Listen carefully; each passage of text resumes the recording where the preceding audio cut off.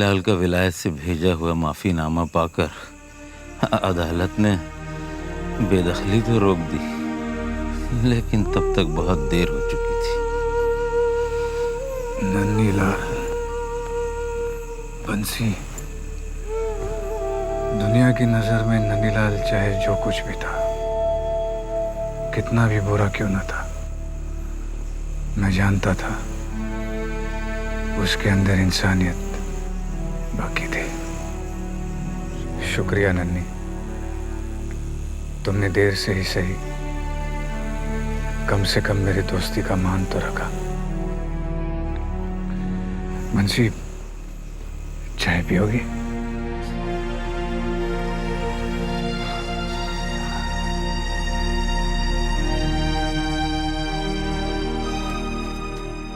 अरे माँ, तुम यहाँ?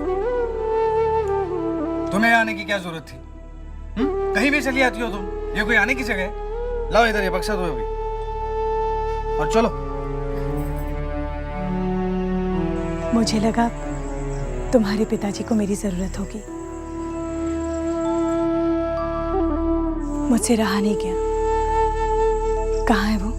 वो वहां पर है, बंसी काका मिले उन्हें। अरे हाँ, तुम तो बंसी काका को जानती होगी ना, उन्हीं के साथ वहां बात कर रहे। जाओ मिलकर आओ वहां पर। इतना कुछ हो गया, लेकिन छोटी बहू का कहीं कुछ पता नहीं चला ना। जाने वाले समय की तरह होते हैं जो लौट कर नहीं आते। साले साहब, क्या सचमुच ये हवेली तोड़ दी जाएगी? बंसी, संभल कर जाना।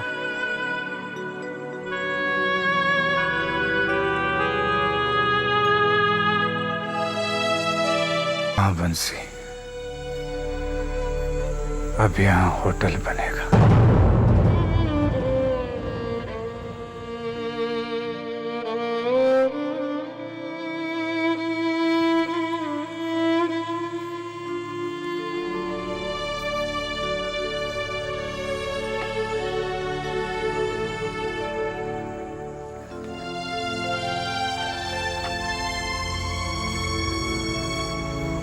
आ गए तुम? मुझे मालूम था तुम जरूर आओगी। सफर कैसा रहा? बंसी, जानते हो इन्हें? ये मेरी पत्नी है, पहचानो? ये तो जबा मेम साहब हैं। कितनी बदल गई हैं आप। लेकिन आप बिल्कुल वैसे के वैसे ही है। अब रतन और चिंता कैसे हैं? दोनों बहुत अच्छे हैं। चिंता के तो 2 बच्चे रेलगाड़ी के इंजन में काम करते हैं। उनमें से एक तो गार्ड की नौकरी करता है। साहब साहब, मजदूर लोग वहाँ खाना बना रहे थे, दीवार टूट के गिर गई, कंकाल निकला। जल्दी चलिए। क्या? कंकाल निकला। कंकाल? चलिए चलिए। कहाँ?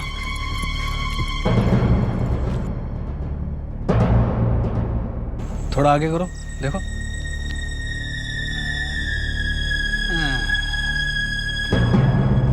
तुम लोग खामखा डर रहे हो? है? ये कोई डरने की चीज है? आइए आइए सब आइए। वो देखिए, हटो हटो, देखने दो, देखने दो।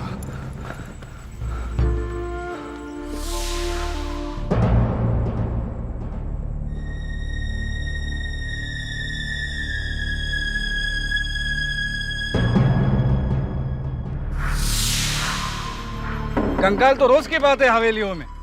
छोटी छोटी बातों को लेकर ऐसे गाड़ दिए जाते हैं मुर्दों को।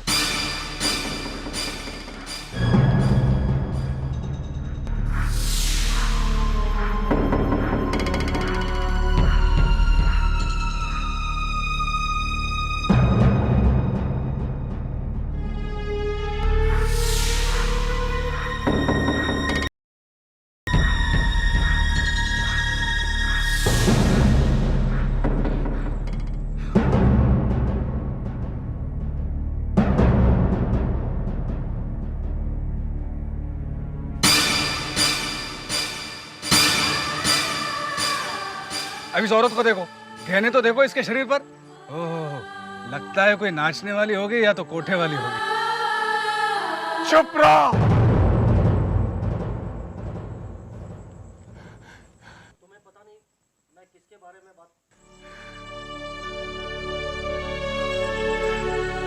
तुम जानते नहीं हो तुम किसके बारे में कह रहे हो।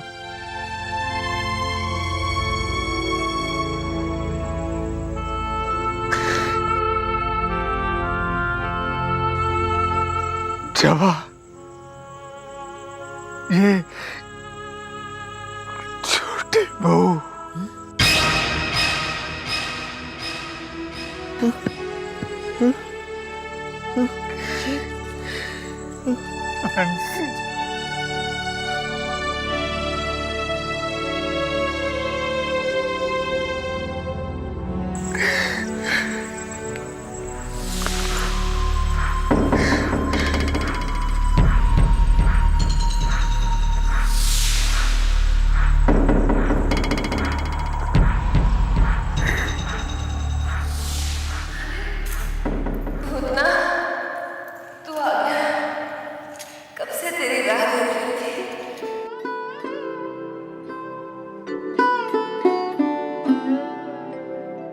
तुम्हारी इच्छा थी ना जवा,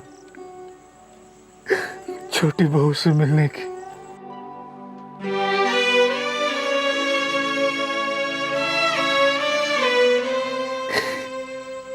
फिर तुम्हारी मुलाकात इस तरह होगी,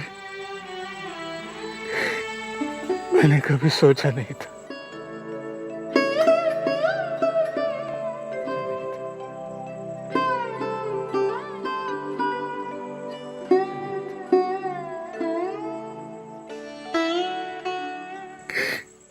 साले साहब, आपने तो कहा कि आप दोनों के ऊपर रास्ते में गुंडों ने हमला किया, लेकिन छोटी बहू रानी की लाश यहाँ पे, फिर तो जरूर मजले बाबू ने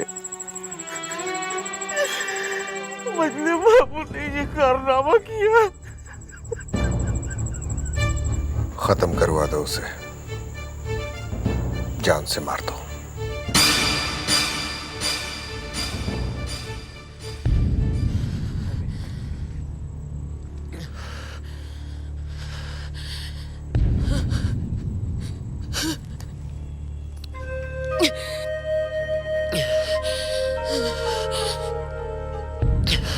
मालकिन, आपने मुझे बुलाया?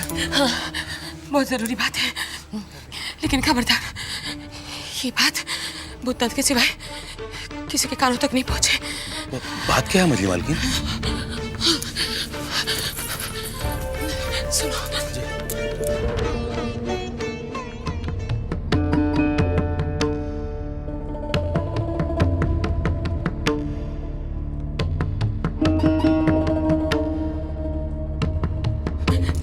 ज्यादा तुम्हें कुछ नहीं बता सकती। तुम बस उसे किसी भी तरह हवेली से रवाना कर दो और कहना कि मैंने कहा है। बस जाओ और सुनो, किसी को इसके भनक ना पड़े। जाओ। ठीक है, आप परेशान मत हो, चिंता मत करें, हम उनको समझा देते हैं। मैं जा रहा हूँ, आप चिंता मत कीजिए। हाँ बंसी,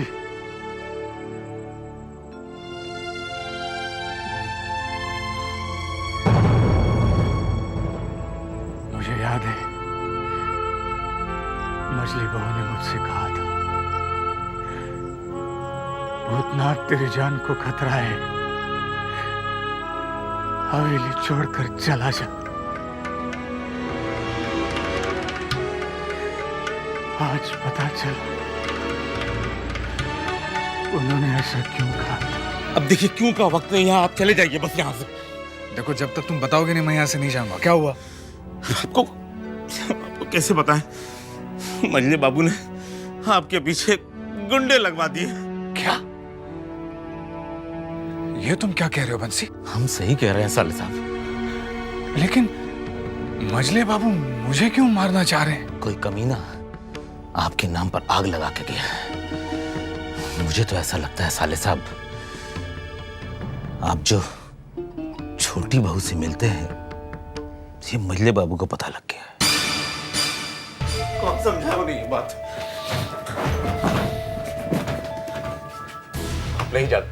आप नहीं जानते हैं साले साहब कि मजले बाबू कितने खतरनाक आदमी है। मैं जानता हूँ, मैं जानता हूं उनको।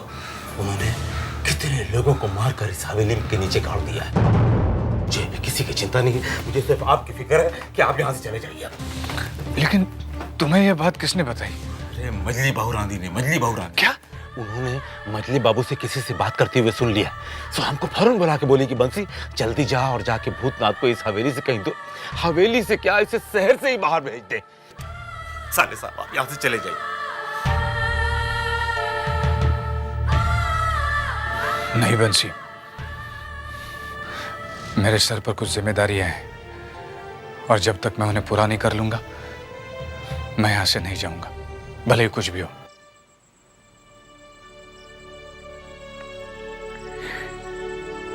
बेटा,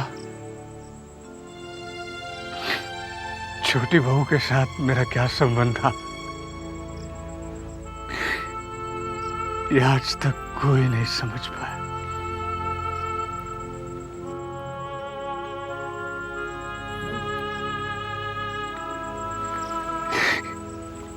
छोटी बहू, जीते जी मैं आपके लिए कुछ नहीं कर पाया, लेकिन लगता है आपकी मुक्ति का अधिकार शायद मेरा है। मैं करूंगा आपका अंतिम संस्कार।